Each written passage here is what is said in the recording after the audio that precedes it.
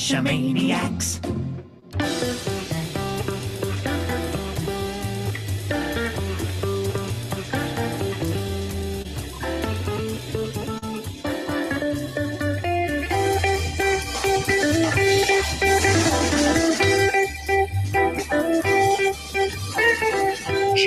GeoGearHeads. Welcome to episode 335 of the GeoGearHeads. I'm Daryl W4, back as usual with Chris of the Northwest. You know, Daryl, it's awfully good to be back in the studio. Now, if you happen to be watching us live, you may notice we're on a different time. If you're listening to us on the feed, you have no idea when we recorded this. Yeah, the nice thing about podcasts is most people don't have a clue. Yep. It's just on whenever they want it. Neither do the hosts. The hosts don't have a clue either. No. But you know, as much as I like being back in the studio and having all the nice gear, it was much more fun to record in person with you in the lobby with orange plates behind us. With all the orange plates, I need to stop by the Home Depot and see if I can need that background. Because wouldn't that look good in here? Some orange plates on the wall? I think so. I think I need that to replace the shelving back here. Oh, well, you could put it behind the shelving. Ooh, yeah, there you go. That'd be a lot more interesting. But we are going to be talking with Annie Love of Geocaching HQ today for a action-packed show on Trackables. So, Annie, thank you for joining us. Yeah, thank you for having me. Happy to be here. And before we actually get into all of the goodness on Trackables, we're going to start off with some feedback from last week's show. And first bit comes from R. Reagan. And he said, I listened to your last show about not being able to route to more than 10 waypoints. My GWS road trip used the routing function on Cache Tour to route at least 30 waypoints. The routing takes place entirely in JavaScript in your browser. Therefore, the limit of the number of waypoints is a function of how fast your CPU is and how many waypoints you have, because the time goes up as the number of waypoints increases. Sure makes a lot of sense to me. That's really nice to know. I think we were looking at an example of 10 routes in Cache Tour, or 10 points in Cache Tour. Well, 10 points was where Plato Attic, I think it was telling us you really wanted to split it up after that and only do like 10 at a time. And that's probably a lot easier way to route, because problem I had with 23, I think it was that it kept trying to take me in the spiral that really didn't make a whole lot of sense. So she said, block the 10 that you want, do that, block the next 10. But R. Reagan actually tried it on his iPad and said even on the iPad, which is an older model, it was pretty respectable. I think he said 20-something waypoints in just over a minute. That's not bad at all. No, it's not like, write home about it, but it's certainly doable. A minute. Come on. We've wasted a lot more time than that on the internet. Sure. But, you're used to the Nuvies and Apple Maps and Google Maps, and it's like done. Instantaneous, if not faster. Yeah. So it is not going to be as fast, but it's certainly something that you can deal with. Do you want to read the next one from Spirit Guide, who most people will know as the developer of GeoLive? Certainly. Well, there you go. That was Spirit Guide, or the developer of GeoLive, who we got to meet in person at Geo Woodstock. He says, hey guys, listen to the last two podcasts on the drive home from Geo Woodstock. Great way to enjoy a long drive. The discussion on Cache Tour and Navigon regarding routing limits to 10 points piqued my interest. Just so you know, Geo can create optimized routes of any number of caches. By default, Google limits developers to 21 locations, but I use a technique to batch requests to bypass that limit. And as you can determine the route order yourself, if you don't want it to be optimized. Selecting a leg between 2 points will give you a distance and ETA on that route. So, and I did actually look up in the Google Maps help article, and it says in that article that you can only add 9 stops. So that is on the mobile app and on the web, your limit of 10. But what he's talking about here is through the API. Mm-hmm. Yeah, so through GeoLive, he's able to batch those together so you can get past that 9-stop 10 limit, or 10 spot limit. Which we're very thankful for, because that makes it so much easier to do the geocaching route planning. Exactly.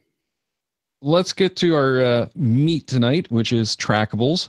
And we got an interesting log from Geo Woodstock that I thought we'd kick this one off with. So, Chris, I'm going to make you read that because I laughed a lot when I read it the first couple times. So this one comes from Scuba Curb Aquacacher, because, that's his name. So this one has a funny story. I head into the men's room at Geo Woodstock 2018. I'm getting ready to use the urinal when all of a sudden I see this little card on the ground. Is it a baseball card? No. Is it a Pokemon card? No. What is it? I look a little closer to see someone's geocaching name on there. After kicking it over with my foot, since I would never touch anything on the men's room floor, I realized that, holy cow, this little card is trackable on geocaching.com.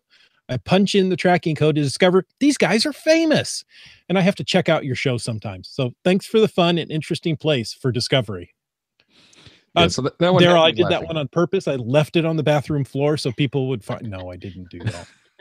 I was going to say that was ingenious. We'll have to do that more often. Yeah. But these are those. You have no idea how bad those bathroom floors were in the men's room. I hope you have no idea. Me? Yeah. Yes. I hope you have no idea. No. I can't imagine that the women's room was all that much better, but it was opening weekend. It has to be. I mean, they have to have couches and disco lights in there. I don't know. Yeah. There's always a lineup for the women's room. Yeah, there's a little coffee station. It's nice. See? But yeah, these were those going caching cards from last year, and hopefully we'll get another one going this year with photos from GeoWoodstock. But that's one thing, Chris, we didn't get enough of was the photos of the two of us. So I'm not sure we have a good one for the card this year. Well, we did get one in front of the sign, the GeoWoodstock sign. We got a couple of those. So I think it we'll goes be fine. wide instead of tall. No, we did the a cards are tall just on purpose of that card. Do we? Yeah. Oh. Stay with me, Daryl. I got you covered. Yes. But those are cool because they're the geocaching.com trackable numbers for that series of cards, and whoever got that card has the owns that tracking number and gets all those discoveries. So we get discoveries still at least probably one a week from people discovering those cards even today. Yeah, I love getting those cards too. It's always nice to get that. They are so much fun. Yeah. Well, it makes it so much fun to collect them too, because you get to discover them as you collect them.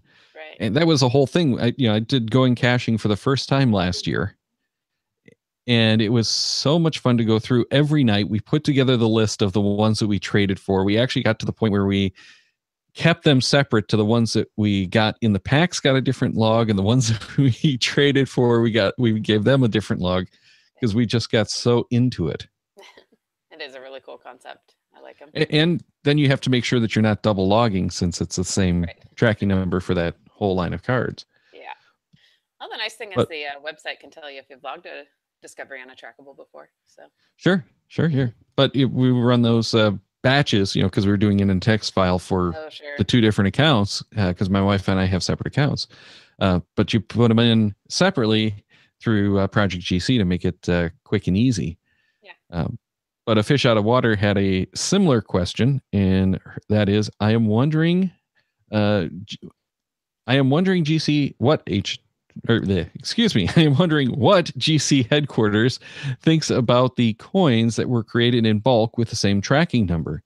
It seems they were similar to a path tag or X tag, and people don't really know whether to discover or grab.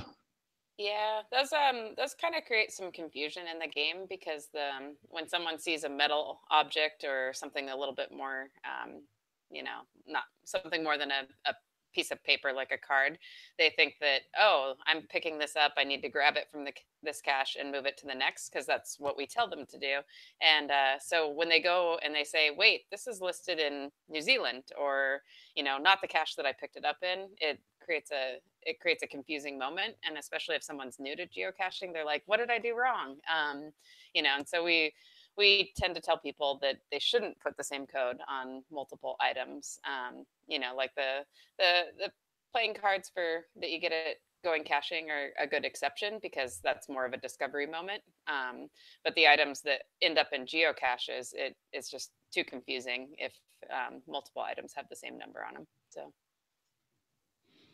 Yeah, I really like the trading cards like that, but the coins, you just expect those to move and right.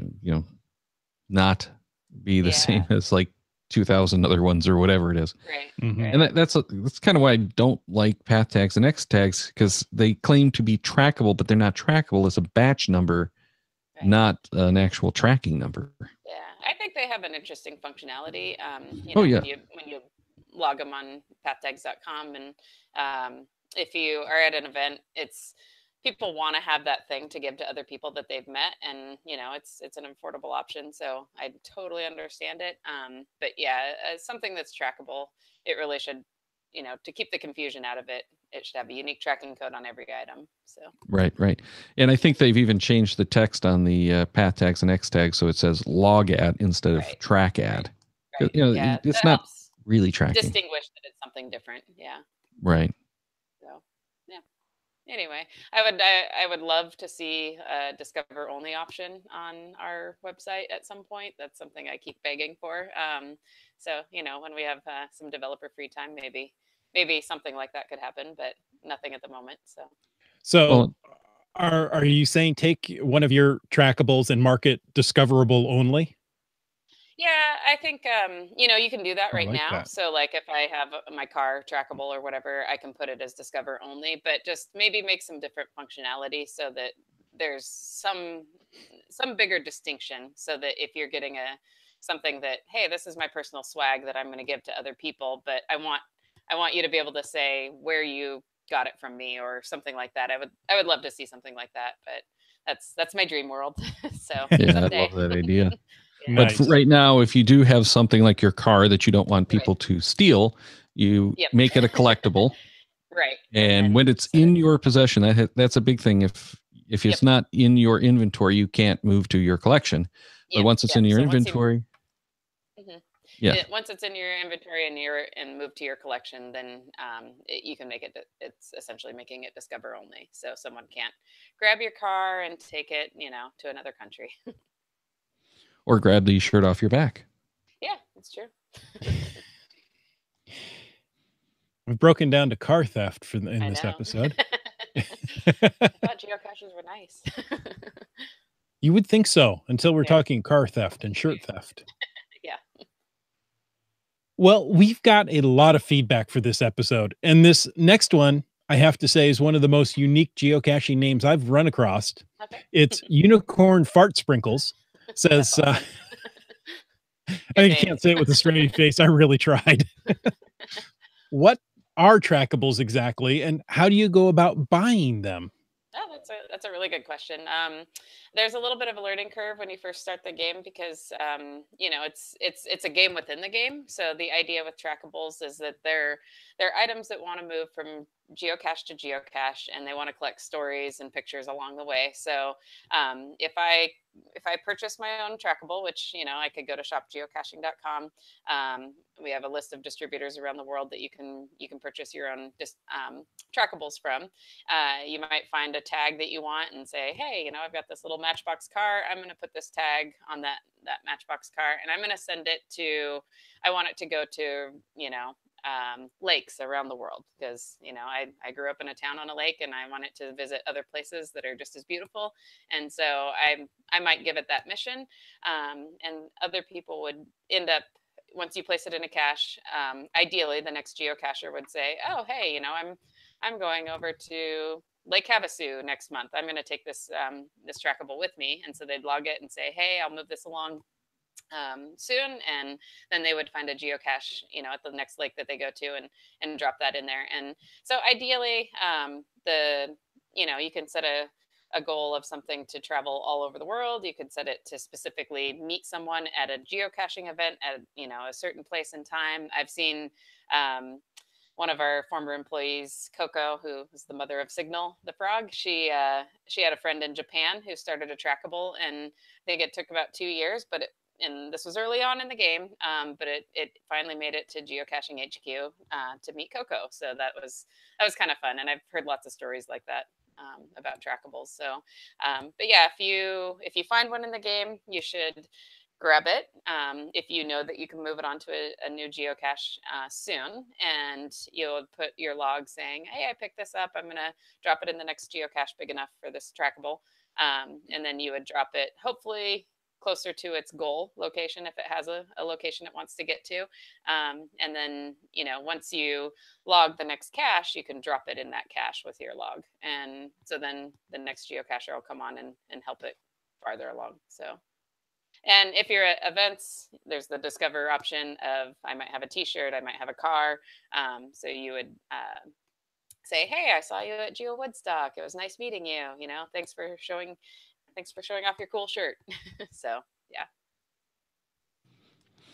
And then Ryfam Fun has a couple of questions. And the first one is one of those perennials that has been around since I first started. And they ask, I'm still getting used to trackables and did have a couple of questions. Number one, when you take a trackable, I have a hard time logging it on my phone, so I often do it on a home computer or desktop site, so it might take a little bit. What is acceptable time to log you picked up a trackable, and is there an easier way to log it on the geocaching app? So yeah, I think the geocaching app has a little bit of work in progress for the trackable experience. So I have a lot of ideas that I would love to see happen. And I'm always talking to mobile, like, hey, can we add this? Can we add this? But for right now, a lot of our API partner apps have a nice logging experience, or there's an app called TV Scan that you can scan it and log it in the field, which is nice and easy.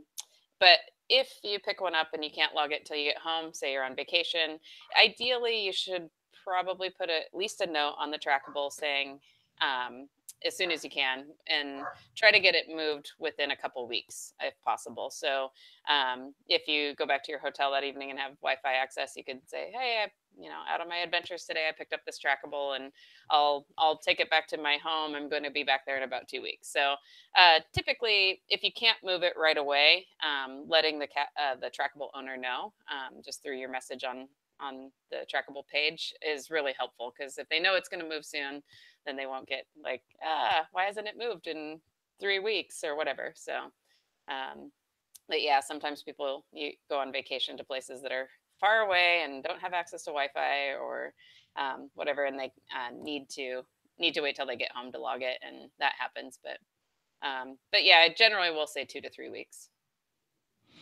And then what are some of the best ways to give your trackable better odds of moving on? So there's a few different ways. Like I tend to see that tags move better in, so just in my personal experiences, coins, sometimes people are like, oh, pretty coin. And if they're a new geocacher, they might not know what trackables are. And they think, oh, hey, I'm supposed to trade an item, and I'll leave a Matchbox car and I'll take this coin because this coin's cool. And until they learn, and I'm guilty of it too. I picked up a trackable in one of the first caches I found, and I didn't know what it was until probably a year later. And I was like, oh no, what did I do? So it's you'll just want to, sorry, lost my train of thought there. But yeah, you, sorry, my brain is dead from Geo Woodstock. Yeah. I think we're all there with you. Yeah. So I think I'm still on Ohio time. I can tell you I still am. Yeah. There, yeah. Get to 3, 4 in the afternoon. It's like, can I just take a nap now? Right. Now, let's see. So what are some of the best ways to get it to move? Yeah. So if you, set it, put a, I've seen where people have attached like a laminated card, or put it in a Ziploc bag with a laminated thing, or just a card that says, hey, I want to go to Australia or whatever. That's a really good way to let people know this is something that is meant to move from cache to cache. And there is the info sheet that you can print out online and put that in a plastic baggie with the trackable. And so that's pretty helpful. If it's a coin that you want to move around, you could look for or even tags. Travel bug hotels are always really good because people know that it's a travel bug hotel. That's meant, that's a place to move trackables. Events are always good because you can find other people who understand what they are and say, hey, you're from Germany, can you take this back over to Germany? It wants to get over there, so that's always a good option. But yeah. Nice. Now we have a lot of questions from Quester Mark. Okay. Quester Mark really wants to win a DuckTales trackable. So ooh, fun. He sent in a lot of questions, and we'll go through them one at a time. Okay. First question is, what's the largest thing attached to a trackable that's still moving? And it makes me wonder is, could I go ahead and move my house by attaching trackable tags and missions to say, move this to, this location in Alabama? I don't know. I guess if you have a trailer home, you technically could put it on wheels and move it around. So, yeah, I'd say cars or maybe motorhomes tend to be the biggest ones. They aren't necessarily dipped into, or placed into a geocache, and so someone else can pick it up and take it out. The things that I do see that move a lot are people will make like full size, full size travel bug signs. So it's like life size. Size of a human. We've got one in our lobby. So if you come to the Geocaching HQ Visitor Center, it's one of those face-in holes, so you can put your head in a travel bug. So, that's typically what I see tend to be the largest trackables that move from typically event to event, but they could technically move from cache to cache. So yes, container big enough. I've seen Cindy the cinder block and the car door. Bowling balls. Oh yeah. Yeah. So those, when you're hosting an event, you just pray that those don't show up. Yeah. Because you'll be stuck with it. Yeah, it's true. There's the Geocaching HQ lobby is always interesting. There's almost always something that's sitting outside of the actual cache container because it's too big to fit in our rather large cache container. So yes. You never know. There was a sombrero that might still be there. I don't know. But yeah, probably the big signs that people typically take around to events of a life-size signal or travel bug. So I did find the icy bear from the icy machines, like the Slurpees. Yeah, that was nice. That was rolled up and stuffed next to a cache. Anyway, I digress. Quester Mark has more questions. Okay. He says, his second one is, what's the oldest trackable that's still moving around, and when was it released? So let me see if I can pull up that information real quick. There were a couple trackables from, I think one of them was, you said the most mileage or oldest still moving? The oldest still moving, which I think you said was Kermit the Frog. So that is Kermit the Frog, which is actually started by a geocacher I happen to know. So, it was started in 2001, and it has a recent log on it from May 29th. So I believe it was at the Giga. So if you were at the Giga, you might have seen Kermit the Frog. So that's pretty cool. That makes sense. Started in 2001. That's incredible. Yeah, so it's actually, it's an interesting one. And yeah, if you get to see it sometime, probably, I'm guessing that the owner, a friend of mine, keeps it with her and takes it to events. So that's probably how, I would imagine she dips it in different caches and stuff along the way. So. Pretty awesome. Well, this question made me look mine up, and the oldest one I have that's still moving was from September 30th of 2006, also logged on the 29th. Nice. I don't think that one went to the Giga event, but it's one of those ones, the launch series, where every time I went to a cache, I dropped a trackable in that cache. Oh, very cool. And named it for the cache. So this one was launched Midwinter Boredom. Oh, nice. Very cool. Yeah, no, it didn't make it to the Giga because it's in England. Oh, there you go. Yeah. Nice. Okay, third question from Quester Mark. Not counting trackables that have been to the International Space Station, What is the trackable that has traveled the furthest, and how far has that traveled? So the one I actually had Mountain Bike look this up for me because he's good with the geocaching data. It's a trackable called North that was started in 2014, and I believe that the movements were the owner, so the owner probably traveled a lot. But it looks like it went 3,175,000 miles. So that's kind of a lot. Yeah.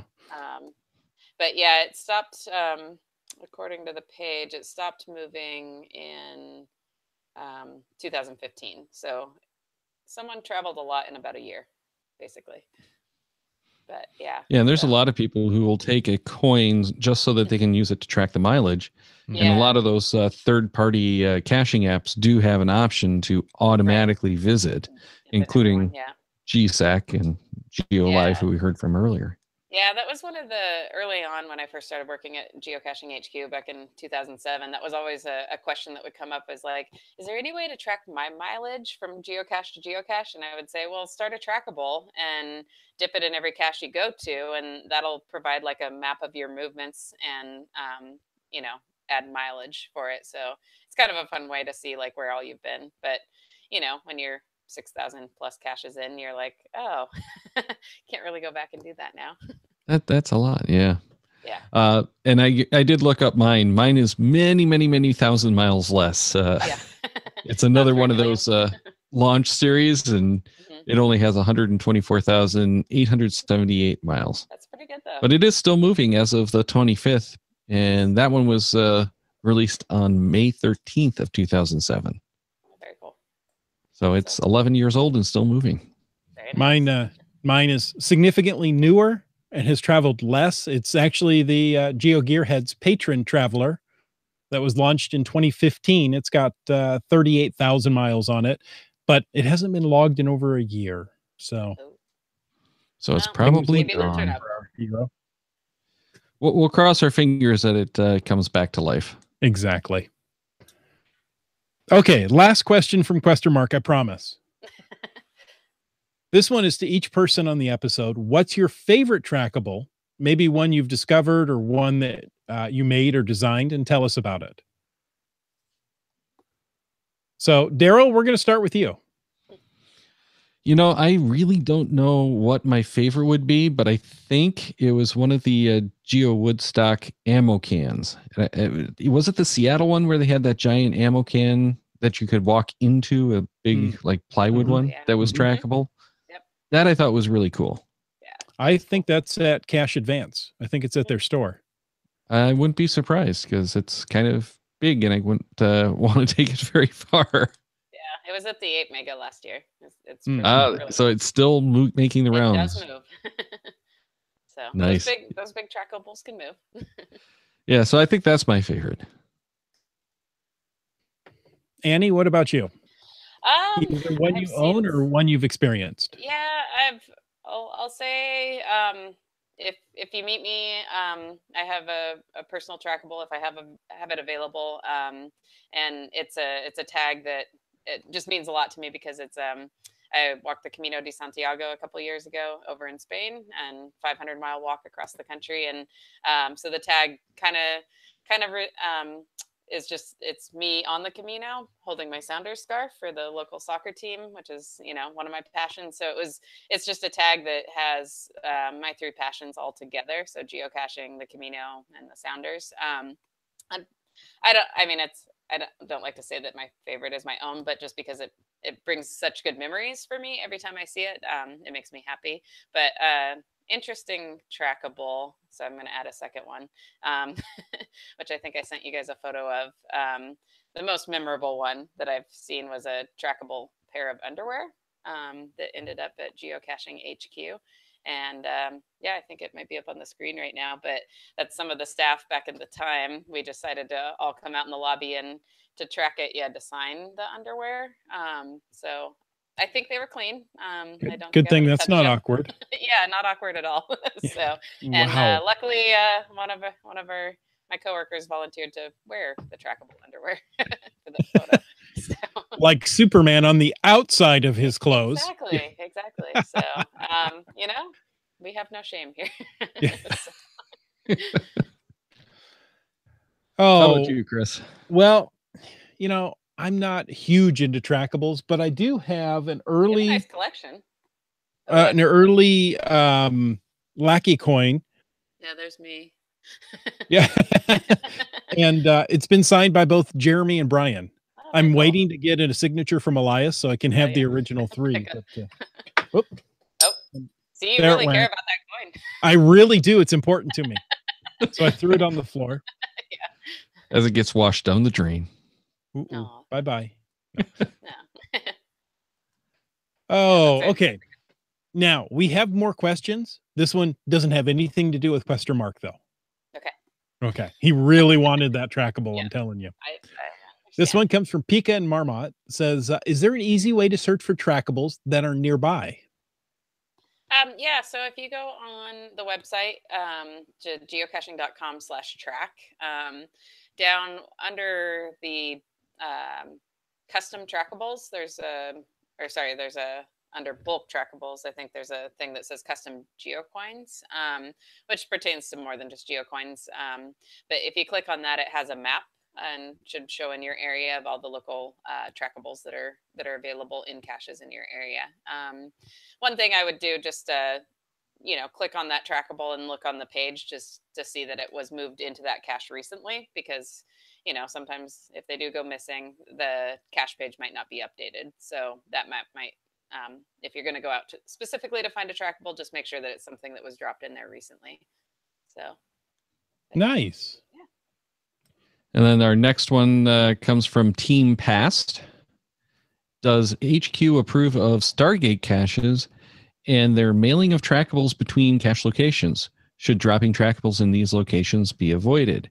And for anyone who does not know what a Stargate cache is, and I've heard other names for them as well, but the Stargate caches are a pair of caches in different locations where either the cache owner mails it to the other cache owner or the cache owner travels there frequently. Like a couple of them that I've seen, the owner has to travel back to their company headquarters once a month or whatever, so they take trackables back and forth when they do.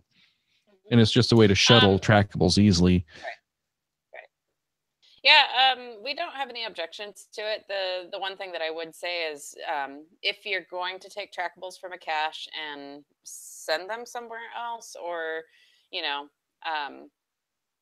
that manner, I would say check with the trackable owner to make sure they're cool with it.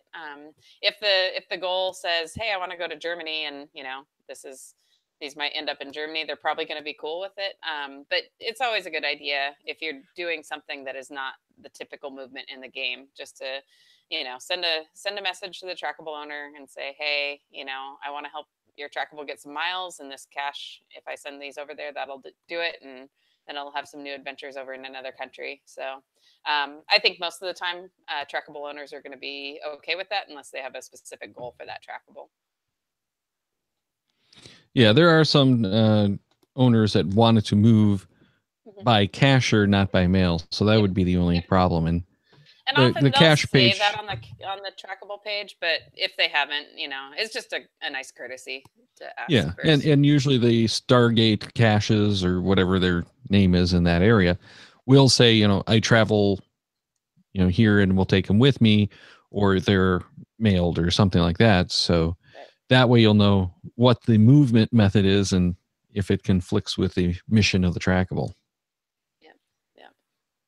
Now our next one comes from Stardust with 3 Z's, so Stardust. I wonder if there has been any talk to improve the information sheet you can print out from the trackable page. It would be nice to see a more simplistic version of this, one where it states this item is not swag to keep, but a trackable and what the mission is. Simple and to the point. Something that could also be translation, or just also transition well, to be used for big events to help get the trackable to where it wants to go. The information sheet can be huge and take up a lot of room in the bag with the trackable. Having something smaller, the size of a business card, would be nice, especially for geocoins. No, I think that's a great idea.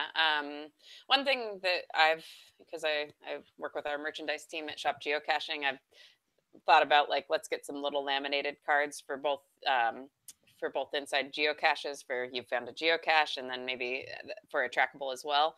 I think it would definitely be something good for us to update because it hasn't been updated in a long time on the website. It'll also be nice if it was translated into different languages.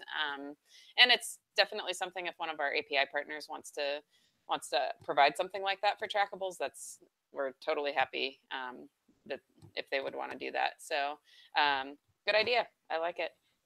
I can ask around in the office to see what the possibilities might be.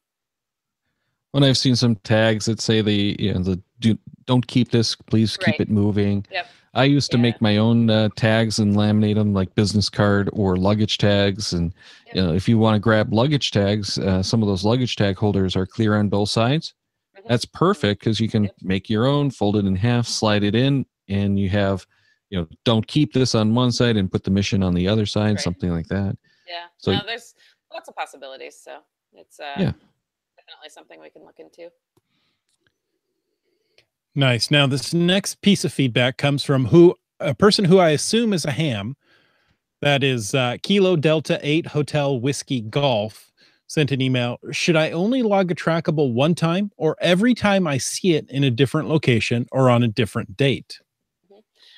So if you're moving the trackable, definitely there's no reason not to log it again. If you're discovering, like especially if you're discovering people's name tags at events, you can look on the trackable page at the top and it'll tell you if you've discovered it before. So really it's up to you. I mean, maybe you took a picture with that person at the event and you want to post that to the page. So why not, put a write note and put that picture up there. But if you're moving it, that just makes sense, because that's how it's going to move on to the next cache. So yeah. Makes sense to me. Here's another great name. This one comes from Math QT Pie. In email. It says, what recourse do we have when a TB that we have launched is stuck in a cache a long distance from our home location? And so it's no longer moving, I assume. Mm-hmm. Okay. If it feels like that trackable's just gone completely, so maybe eventually the cache gets archived, or you see tons of people have logged it and it's not there, you can mark it as missing. And that's one thing. If you don't want to do anything else, that's a good thing to help remove it from the geocache. The cache owner can also remove it by marking it missing.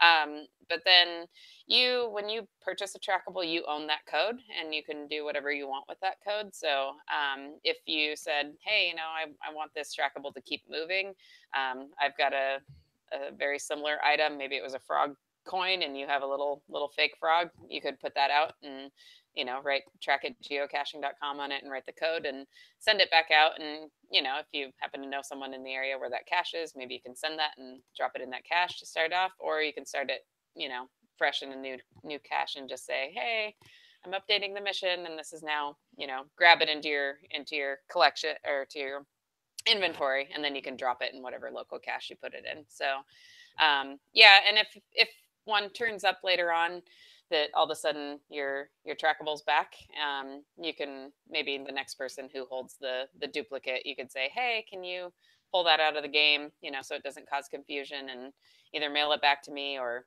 if it's not valuable to you, throw it away, whatever's easier. So well, one tool for your trackables stuck in a cache or something is, it has to actually be stuck in the cache, is Project-GC does have a TB rescue option. So awesome. As a cache owner, as a cacher, you can sign up for it. But as the owner of the trackable, you can say, hey, I haven't seen this in a while. Could someone go and check on it? Yeah. So that's a handy tool. I love the community effort into those things. So, yeah.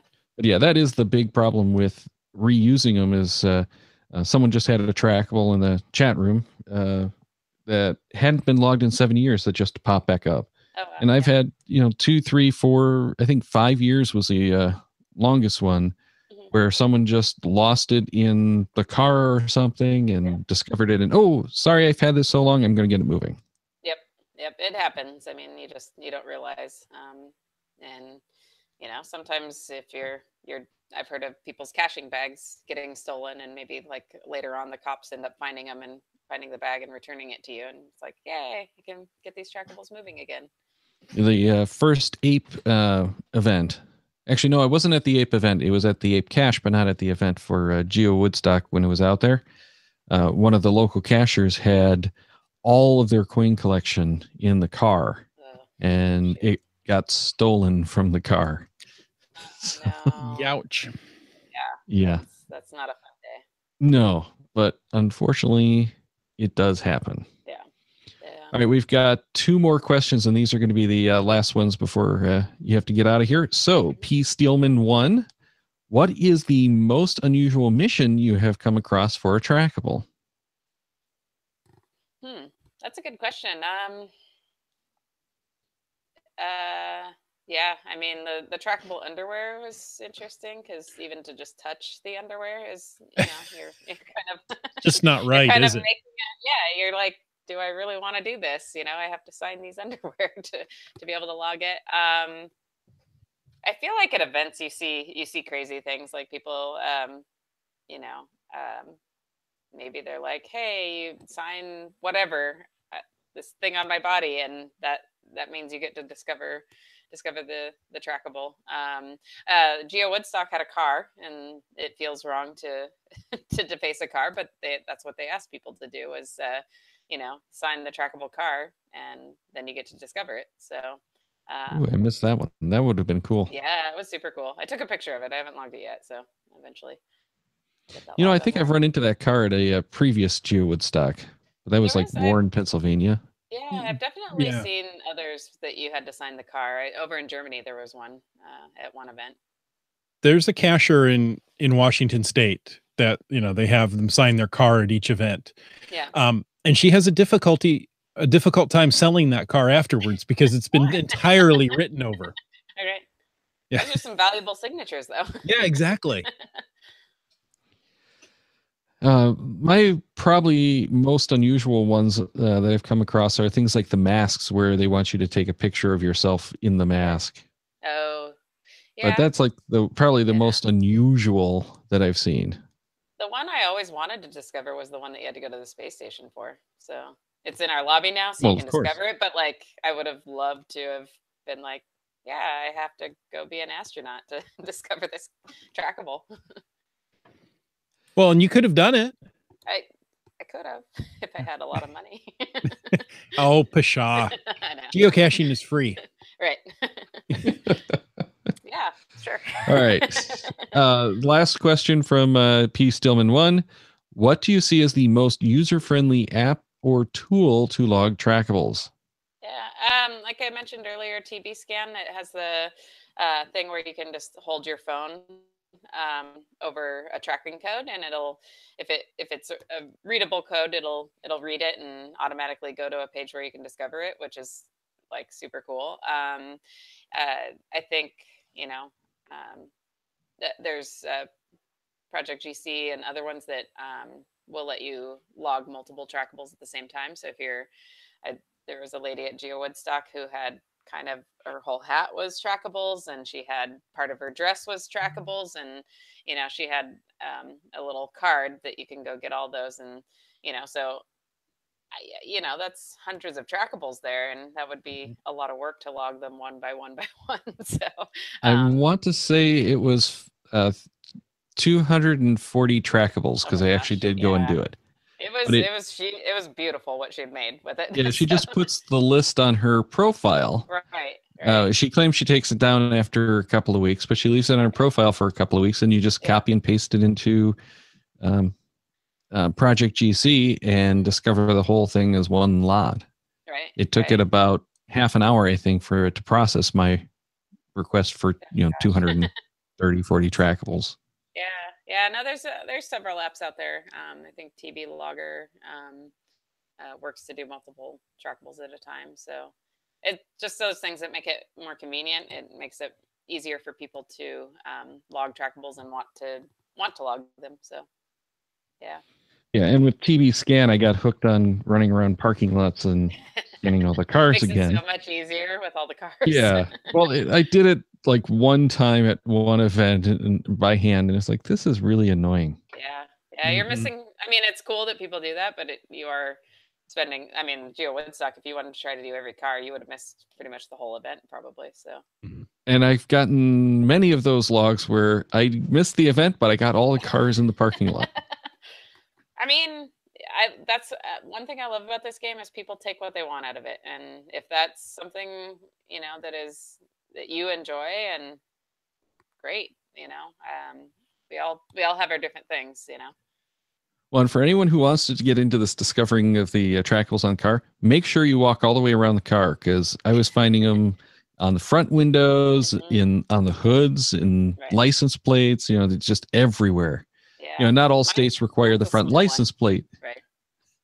Yeah, I saw him opening many trunks, going through all their luggage, looking for extra trackables. You're not supposed to. Oh, sorry. I wasn't supposed to mention that. That was where the secret to trackable logs. Oh, yeah. In any case, yeah, I got the 2 on either back passenger windows that got the discoveries. In the Geo Woodstock this year, I don't know what I'm up to now, but it was like 60 something logs on the last time I checked, which is more than I've had on any of the car trackables except the original, which is a magnetic one and went to multiple Geo Woodstocks and West Bend Cash Bash and Midwest Geo Bash. So that one had a couple of hundred in like 10 or 11 years. Wow. So yeah, Geo Woodstock this year is the most discoveries I've ever had. Yeah, I will go through my pictures eventually, but well, if you have the paid version of TV Scan, you can actually scan those pictures. That's right. So that saves you time. And like, I go in and I scan like one row, and my wife goes and scans the other row. If again with the paid version, you can email those codes to the other person. Cool. So that way you split up the effort and you don't, waste your whole day. You only waste half your day. There you go. No, Daryl, no picture, no log. It's the same as the cash. If you didn't actually sign it, you don't get to log it. If you didn't actually see it, you don't get to log the trackable. Well, I can see it across the row. Okay. Yeah, we did that at the Roman event, though. Just we both got everyone, but we're both bouncing back and forth. Did you catch this one? Did you catch this one? Of course. It's a lot of fun. Yeah. No, I need to get a trackable that I can take with me when I travel. So. Oh, those magnetic ones are awesome. Yeah. Get a tattoo. It'll always be with you. It's true. It's true. But it's not discoverable in the parking lot. Yeah. It depends on where Annie is. I know. Yeah, okay. Yeah. All right.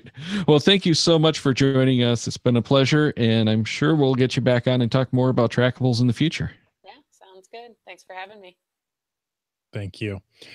And we want to say congratulations to everybody whose email we read, and there were many. I'm going to start off with a list. Are you ready? A Fish Out of Water, Unicorn Fart Sprinkles, Rye Fam Fun, Quester Mark, Pika and Marmot, Team Pass Stardust, Kilo Delta 8, Hotel Whiskey Golf. Almost got that one. Golf, Math Cutie Pie, and P. Steelman 1. So make sure you contact us at GeoGearHeads@CashManiacs.com with your mailing address so we can send you a ducktail trackable. Those are brand spanking new. A ducktail trackable. The highly sought after ducktail trackables. DuckTales Cash. Man, it's not even that late and I'm already messing up. We've got a whole bunch of good shows coming up, including a special bonus one that's not going to be in your feed. But if you want to check it out, we're going to record that one live on YouTube here in about 40 minutes, and it will appear on the Patreon site and on the YouTube site. Open to all. It's not going to be a Patreon special only. It's just, not going to pollute your feed with an extra episode that you might not want to hear. But we're going to talk about Gigastock with Chris, myself, Shermanator 18, and my wife is actually going to be on. So I think that's probably the first time she's been on one of our shows. Not that it's an official show, I guess, since it's a bonus. Then next week, we're going to be back with Magnus talking about Project GC. The following week is going to be randomize. You know what? I'm going to put an I in here. Lixlix. Lixix. I like that. So no, that's 70. Yes, it's getting up there, Chris. Not nearly as bad as our episode numbers, which that one is 337. Then on the 21st is going to be 338, our third show on cruise caching, again with Subway Mark. He's getting into that cruise caching. He's got some good stories too. Then on the 28th is going to be 339, regional organizations with Geo Monkey Tiger and Merlin 1392, both of which are from their own organization. Well, they're regional organizations, Georgia Geocachers Association and Amigo, the Michigan Geocachers Organization. So great shows coming up, and you can always check up that upcoming list at our YouTube page or at geogearheads.com/upcoming. Until then, make sure you check the Cachemaniacs website at cachemaniacs.com for more on the GeoGearHeads, including show notes from this and all of our episodes. We love hearing from our listeners. So leave us feedback by emailing geogearheads@cachemaniacs.com or through the many channels of social media. Your support helps keep the Cachemaniacs shows coming. Please consider becoming a patron through the link on our website to support the Cachemaniacs shows. GeoGearHeads is produced by Chris Umfenauer and Daryl Wattenberg. This show's copyright 2018 by Daryl Wattenberg. All rights reserved.